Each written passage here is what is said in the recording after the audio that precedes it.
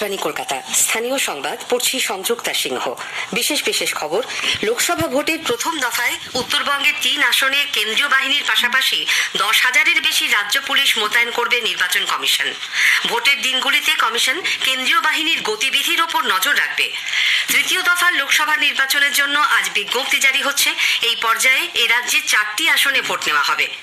ভোটের প্রচারে আজ কোচবিহার ও আলিপুরদুয়ারে জনসভা করবেন মুখ্যমন্ত্রী।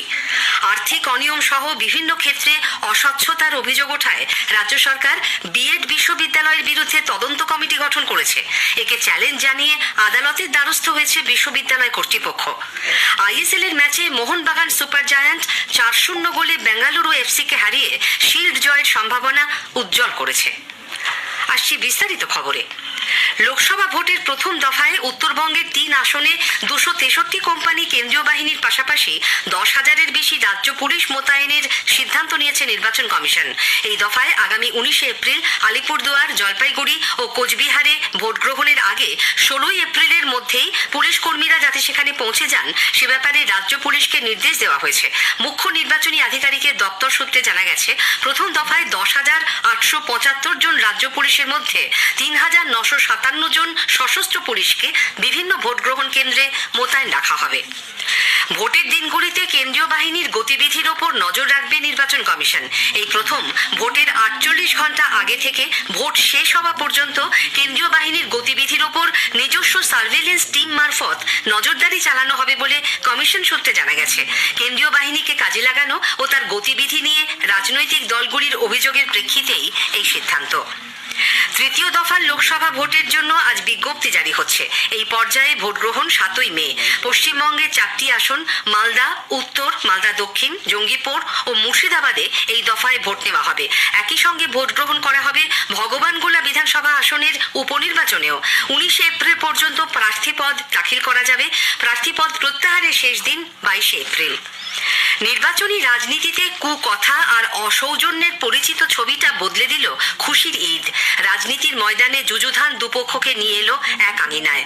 আমাদের সংবাদদাতার একটি প্রতিবেদন। বর্ধমান দুর্গাপুর লোকসভা কেন্দ্রের বিজেপি প্রার্থী দিলীপ ঘোষ প্রচারের প্রথম থেকেই প্রতিপক্ষ তৃণমূল কংগ্রেসের বিরুদ্ধে একের পর এক শাণিত বক্তব্য রেখে বিতর্কের সৃষ্টি করেছেন। তার বিরুদ্ধে কমিশনে অভিযোগও হয়েছে। আবার তৃণমূল কংগ্রেসের আহ্বানে সাড়া দিয়ে গতকাল জলসত্র অনুষ্ঠানে যোগ দিলেন তিনি। বর্ধমানের তালিত দিঘির পাড়ে যুব তৃণমূল কংগ্রেস ঈদ উপলক্ষে গতকাল জলসত্র অনুষ্ঠানের আয়োজন করেছিল। পূর্ব নির্ধারিত সূচি অনুযায়ী ভাতারে প্রচারে যাওয়ার সময় রেলগেট পড়ে যায় দিলীপ ঘোষের গাড়ি সেখানে দাঁড়িয়ে যায়। তৃণমূল কংগ্রেসের কর্মীরা তাকে দেখে গাড়িতেই শরবত দিতে যান এবং তাদের কর্মসূচিতে যাওয়ার জন্য বলেন। সেই আহ্বানে সাড়া দিয়ে বিজেপি প্রার্থী জলসত্র অনুষ্ঠানে যান, মাইক নিয়ে বক্তব্যও রাখেন। সাম্প্রতিককালে রাজনীতিতে এমন ঘটনা বিরল, তবে গণতন্ত্রে এমনটাই হওয়া উচিত বলছেন অনেকেই। তনুশ্রী বন্দ্যোপাধ্যায়, আকাশবাণী সংবাদ, বর্ধমান। ঈদ উল ফিতরের দিন সৌজন্যের এরকমই দৃশ্য অন্যত্র চোখে পড়েছে। রাজনৈতিক মতভেদ থাকলেও একসঙ্গে খুশির ঈদ পালন করলেন মালদার গনি খান চৌধুরী পরিবারের সদস্যরা। কোতোয়ালির গনি ভবনে উৎসবে সামিল হতে দেখা যায় দক্ষিণ মালদার কংগ্রেস প্রার্থী ঈশা খান চৌধুরীর পরিবার এবং তৃণমূল কংগ্রেসের রাজ্যসভার সাংসদ মৌসাম বেনাজির নূরের পরিবারকে। গতকাল হাওড়া লোকসভা কেন্দ্রের সিপিআইএম প্রার্থী সব্যসাচী চ্যাটার্জি টিকিয়াপাড়া, উনসানি, চৌড়া বস্তি ও পিএম বস্তিতে গিয়ে সকলকে ঈদের শুভেচ্ছা জানান। ভোট বাগান হয়ে পিলখানাতেও যান তিনি, সেখানেও চলে ঈদের শুভেচ্ছা বিনিময়। এদিকে ভোটের দিন এগিয়ে আসার সঙ্গে সঙ্গে উত্তরবঙ্গের 3 লোকসভা কেন্দ্র জলপাইগুড়ি, আলিপুরদুয়ার ও কোচবিহারে তুঙ্গে উঠেছে নির্বাচনী প্রচার। আজ কোচবিহারের দিনহাটা ও আলিপুরদুয়ারের জয়গাঁয়ে সভা করবেন তৃণমূল কংগ্রেস প্রধান মুখ্যমন্ত্রী মমতা ব্যানার্জি। গতকালই তিনি চালসা পৌঁছে যান। দলের সর্বভারতীয় সাধারণ সম্পাদক অভিষেক ব্যানার্জি আজ সভা করবেন ধূপগুড়িতে।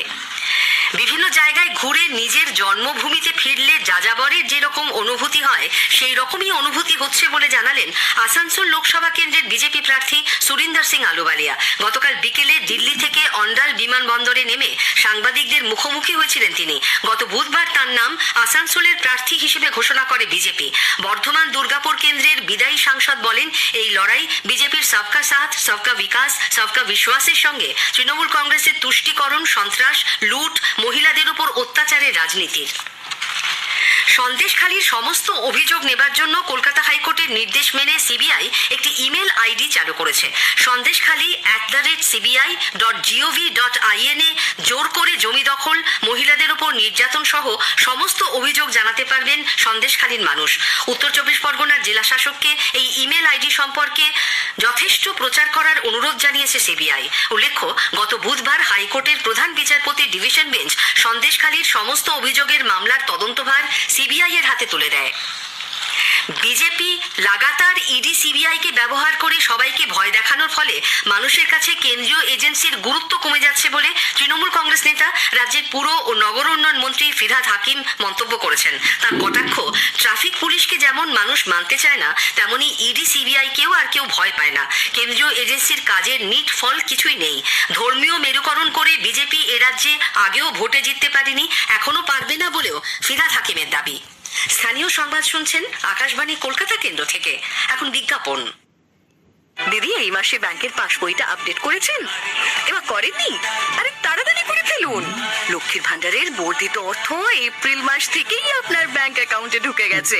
কি আপনারা খুশি তো? মমতা বন্দ্যোপাধ্যায়ের সরকারই একমাত্র সরকার যে কথা দিয়ে কথা রাখে।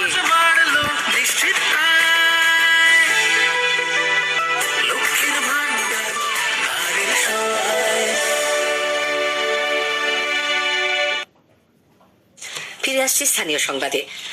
আর্থিক অনিয়ম সহ বিভিন্ন অস্বচ্ছতার অভিযোগ ওঠায় রাজ্য সরকার বিএড বিশ্ববিদ্যালয়ের বিরুদ্ধে তদন্ত কমিটি গঠন করেছে। প্রাক্তন উপাচার্য আশুতোষ ঘোষের নেতৃত্বে রাজ্য শিক্ষা দপ্তর গঠিত এই কমিটিকে দ্রুত রিপোর্ট জমা দিতে বলা হয়েছে বলে খবর। অন্যদিকে রাজ্যের এই কমিটি গঠনকে চ্যালেঞ্জ জানিয়ে আদালতের দ্বারস্থ হয়েছেন বিশ্ববিদ্যালয় কর্তৃপক্ষ। উল্লেখ্য, পরিকাঠামোর অভাব ইত্যাদি নানা অভিযোগে ওই বিশ্ববিদ্যালয় গত নভেম্বরে রাজ্যের 253টি বিএড কলেজের অনুমোদন বাতিল করে। শর্ত পূরণ করায় পরে অবশ্য ছাত্র ভর্তির অনুমতি পায় এর মধ্যে 220টি কলেজ। দক্ষিণ চব্বিশ পরগনার ফলতার একটি সরকারি হোমে সহপাঠীদের নির্যাতনে তৃতীয় শ্রেণীর পড়ুয়া এক শিশুর গুরুতর অসুস্থ হয়ে পড়ার অভিযোগ নিয়ে তোলপাড় শুরু হয়েছে। কলকাতার এসএসকেএম হাসপাতালের আইসিইউতে শিশুটি চিকিৎসাধীন। গতকাল তাকে দেখতে যান রাজ্য শিশু অধিকার সুরক্ষা কমিশন এবং জনশিক্ষা প্রসার দপ্তরের সদস্য ও আধিকারিকরা। জেলা শাসককে গোটা ঘটনার তদন্তের নির্দেশ দেওয়া হয়েছে। জানা গেছে, গত শনিবার রাতে মহিরামপুর শিশু কানন ওয়েলফেয়ার হোম নামে ওই শিশু আবাসের পক্ষ থেকে পড়ুয়াকে ফলতা ব্লক হাসপাতালে ভর্তি করা হয়। বাড়িতে ফোন করে তার অসুস্থতার কথা জানানো হলে রাতেই শিশুটির বড় দিদি তাকে হাসপাতাল থেকে নিয়ে যায় স্থানীয় একটি বেসরকারি নার্সিং হোমে।